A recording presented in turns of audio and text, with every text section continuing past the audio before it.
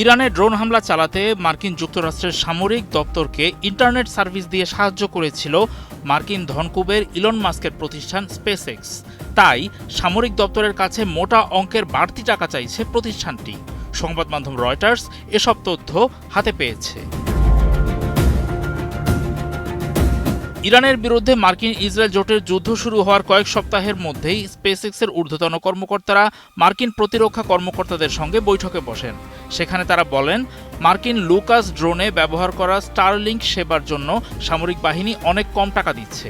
প্রতিষ্ঠানটির দাবি, পেন্টাগন প্রতি টার্মিনালের জন্য প্রায় $5,000 পরিশোধ করছিল, কিন্তু আসলে উচ্চমানের সেবা ব্যবহার করা হয়েছিল, যার মূল্য প্রায় $25,000 কাছাকাছি।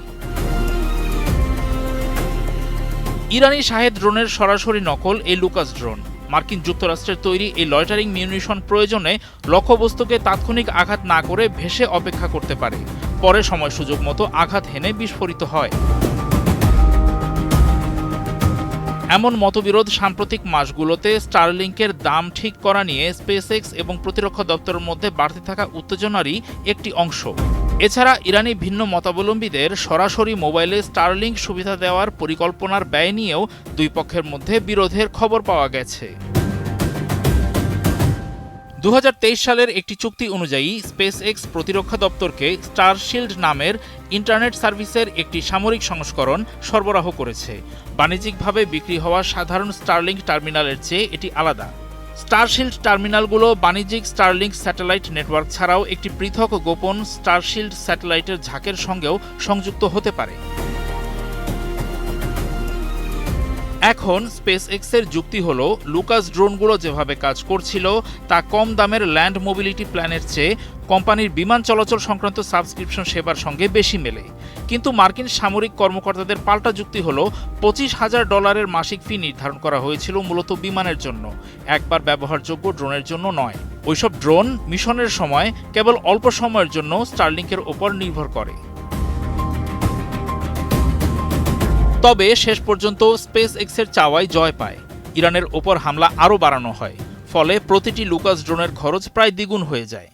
প্রতিবেদন অনুযায়ী পেন্টাগন শুরুতে প্রতি ড্রোনের জন্য প্রায় $30,000 পরিশোধ করছিল।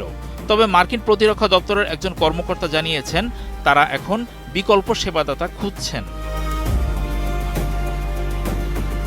রয়টার্সের তথ্য মতে, মার্কিন ইসরায়েলি যুদ্ধ শুরু হওয়ার আগেই লুকাস ড্রোন এবং মনুষ্যবিহীন যুদ্ধজাহাজ সহ 1 ডজনেরও বেশি ড্রোন সিস্টেমে স্টারশিল্ড টার্মিনাল ব্যবহার করা হচ্ছিল।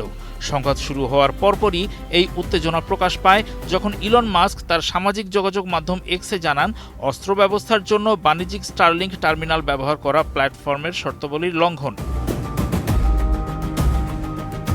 রয়টার্স জানিয়েছে, মার্কিন সামরিক বাহিনী আরও 3,500টিরও বেশি অতিরিক্ত স্টারশিল্ড সাবস্ক্রিপশন কেনার কথা বিবেচনা করছে। সেগুলোর মধ্যে বিমান চলাচল সংক্রান্ত উচ্চ মূল্যের সেবাও রয়েছে। এতে স্পেসএক্সের জন্য বছরে শত শত মিলিয়ন ডলারের ব্যবসার সুযোগ তৈরি হতে পারে।